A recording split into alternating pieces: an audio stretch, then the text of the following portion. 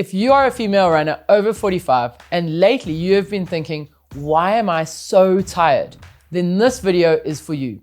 And I do not mean normal tired, like you had a busy day or you stayed up too late watching one more episode of something you definitely should have turned off an hour earlier.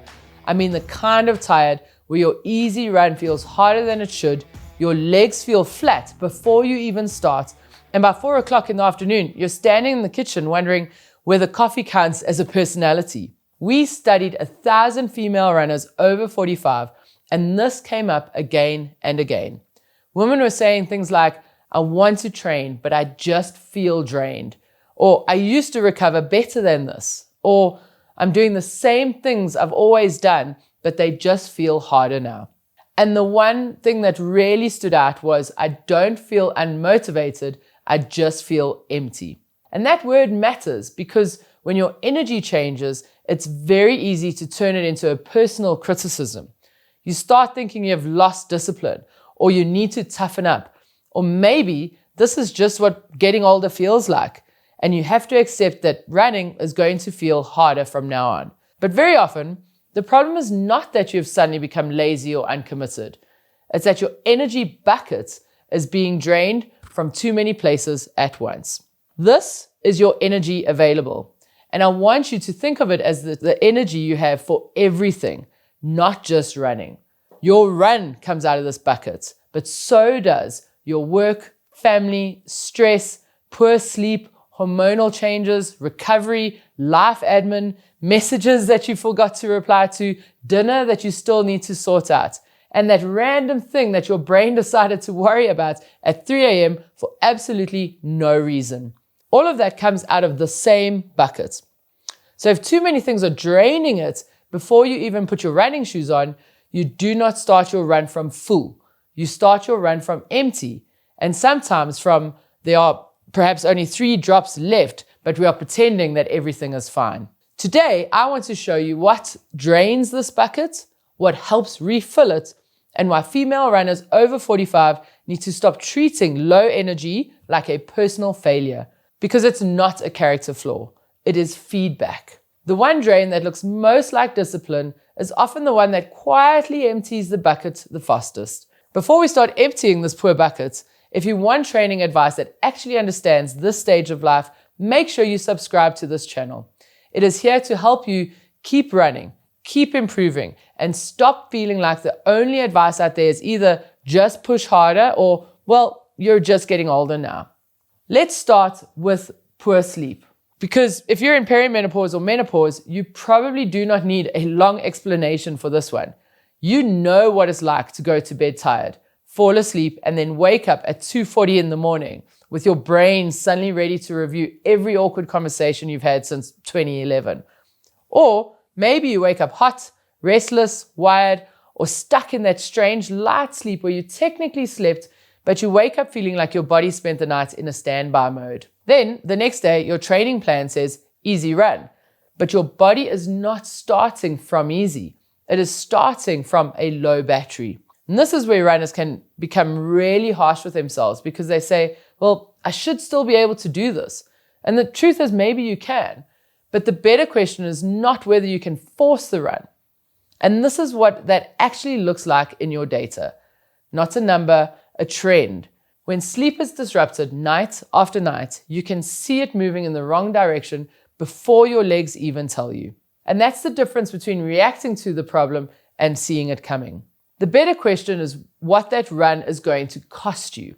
One bad night does not ruin your training, but ignoring sleep over and over again can make everything feel harder than it needs to. So if you slept badly, you do not necessarily need to cancel the whole day and lie dramatically on the sofa, although some days that is a perfectly respectable choice. But you may need to adjust the plan by either shortening the run, slowing it down, moving that hard session, or keeping the effort genuinely easy instead of pretending that the body is fully charged when it's clearly not. We need to stop seeing that as a weakness, but it's rather using the information that your body has given you. The next drain is high stress. And this is the one that people underestimate because it does not look like training. You look at your plan and you think, well, it's only a 45-minute run, but Your body is not just dealing with that run on its own. It's also dealing with work pressure, family pressure, caring responsibilities, traffic, appointments, bills, decisions fatigue, and the group chat that just somehow has become a part-time job. Your body does not neatly separate those things into different folders and say, this is running stress, this is work stress, this is hormonal stress. And this is the stress of what everyone is asking is what is for dinner. It just feels the essential total load. So when life stress is high, this bucket is already leaking before the run even starts. And that does not mean that running is bad when life is stressful, because sometimes an easy run is exactly what you need to clear your head and to stop yourself from saying something in a meeting that would require an apology email. But the type of run matters. An easy run may support you, while a hard session on the wrong day may tip you over. So on high stress days, the question is not, am I being lazy if I change the run? The better question is, what kind of run will actually help me today? That one question can save a lot of runners from turning a helpful run into another drain. Now, we need to talk about underfueling, because this is a big one for female runners over 45.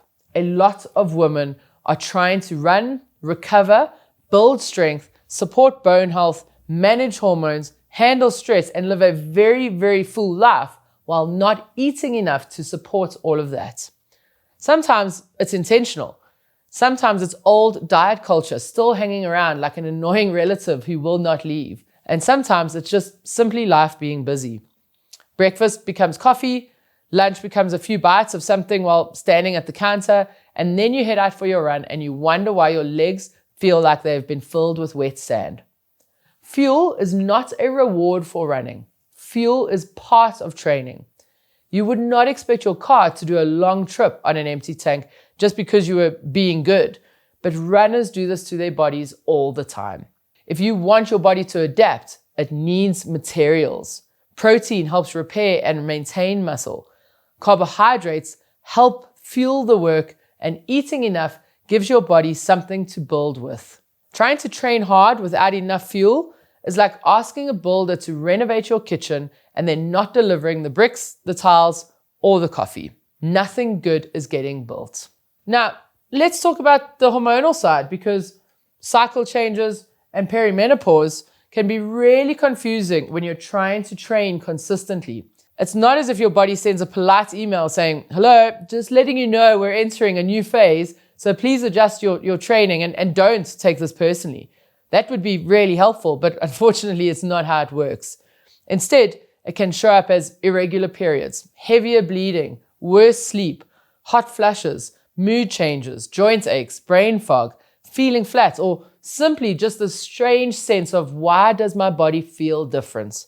Not every woman experiences the same symptoms, and the hormones are not the only thing that affect running. But for many women over 45, hormonal shifts can change sleep, recovery, energy, temperature regulation, and how hard training feels. So the mistake is not having symptoms. The mistake is pretending that those symptoms do not matter. If your body is giving you new feedback, your training needs to listen. And that might mean spacing hard sessions further apart, or bringing recovery weeks in sooner, making strength more consistent, or speaking to a physician or doctor or a menopause-informed health professional if symptoms are affecting your daily life. And that's not about making excuses. It's really around gathering information and making better decisions. This is where support starts to matter, because one of the best ways to help your body through this stage is to stop relying on running on its own. Strength training can support your muscles, bones, joints, balance, and durability, which matters when running starts to feel like it costs more than it used to. The next drain is the one that often looks like commitment, which is exactly why it catches so many runners. The next drain is too much intensity, and this is the one that often hides behind discipline.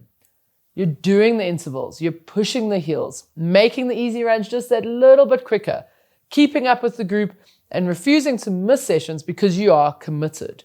On paper, that looks impressive, but in the body, it may be draining the bucket faster than you can refill it. Hard running is not bad, And intensity is not something that you have to avoid just because you are over 45.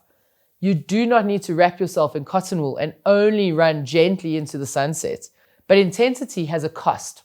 And if sleep is poor, stress is high, fueling is low, and hormonal symptoms are already draining you, the same session can cost far more than it used to. That is why a workout that used to sharpen you may now wipe you out for a few days. And the frustrating part is that it's not the same for everyone.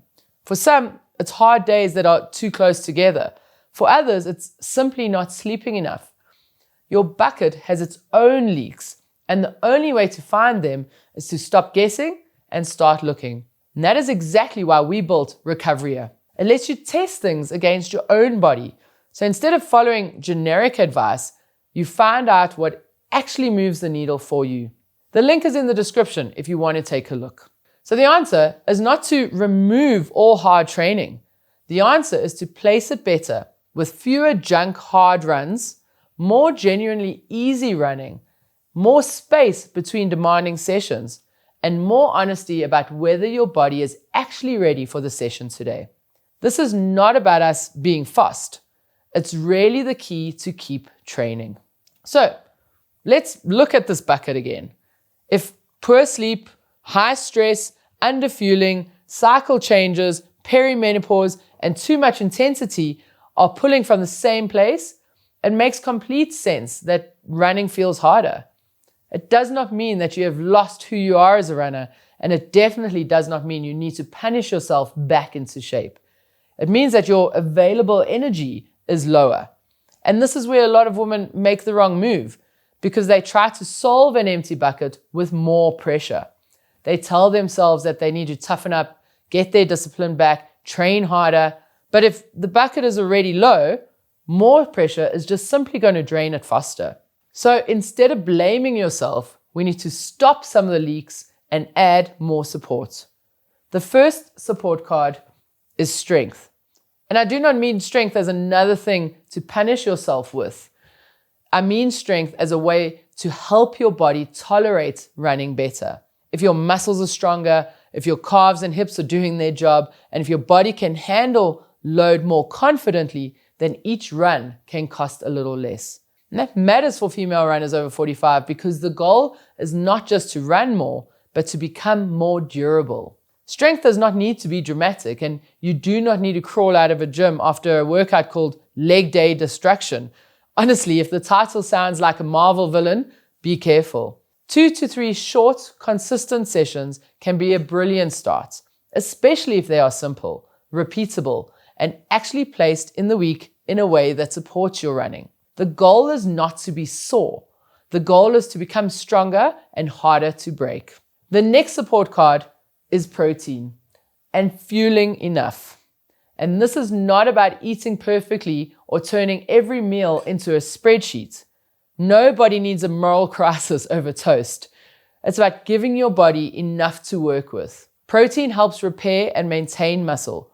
Carbohydrates help fuel your training. And eating enough gives your body the materials to adapt. A simple place to start is to avoid doing harder or longer runs underfueled. Get protein into your meals, refuel after your training when you need to recover, and stop treating hunger like a character flaw. Your body is not being needy, it's asking you for resources. And when you give it those resources consistently, training has a much better chance of actually working. The next 2 support cards are the ones that runners often undervalue until they finally try them properly. Easy running is not lazy running, failed training, or the thing that you do when you're not tough enough to run hard. Easy running is one of the ways you build fitness without emptying the bucket too quickly. But it only works if it is actually easy. Not, I called it easy, but secretly raced my watch. And not, someone passed me and suddenly my ego started coaching. You should be able to talk. Your breathing should feel calm. And you should finish feeling like you could do a little more. For female runners over 45, this is huge because easy running gives you volume without so much cost. It supports recovery. It helps you stay consistent, and it means that when you do run hard, you are not starting from empty. Now for recovery. And I know recovery sounds boring because it does not look exciting on Strava and no one gives you a medal for going to bed a bit earlier. But recovery is where the training actually becomes useful. The run gives your body the message, and recovery is where the body replies. If you keep sending messages and never let the body reply, you're not building fitness, you're just collecting fatigue. Recovery might mean a rest day, a shorter run, a lighter week, moving a hard session because your body is not clearly ready for it, or eating properly after training instead of running straight into errands and surviving on crumbs from the car. So if you're a female runner over 45 and your energy just feels like it's disappeared, do not blame your fitness. Look at the bucket. Poor sleep, high stress, underfueling, cycle changes, perimenopause, and too much intensity can all drain it. While strength, enough fuel, easy running, and recovery can help support it. The goal is not to have a perfectly full bucket all the time, because that's not real life. The goal is to stop pretending that the bucket is full when it's clearly not. And once you understand what is draining your energy, you can stop blaming yourself and start making better training decisions. But there's another problem that often shows up next, because low energy does not just make you tired. It also changes how your body handles speed work, which is why so many female runners over 45 can manage easy runs, but the moment they try to get faster, something starts to hurt. So watch this video next, because we are going to break down why female runners over 45 lose speed and how to start getting it back without turning every faster session into an injury risk.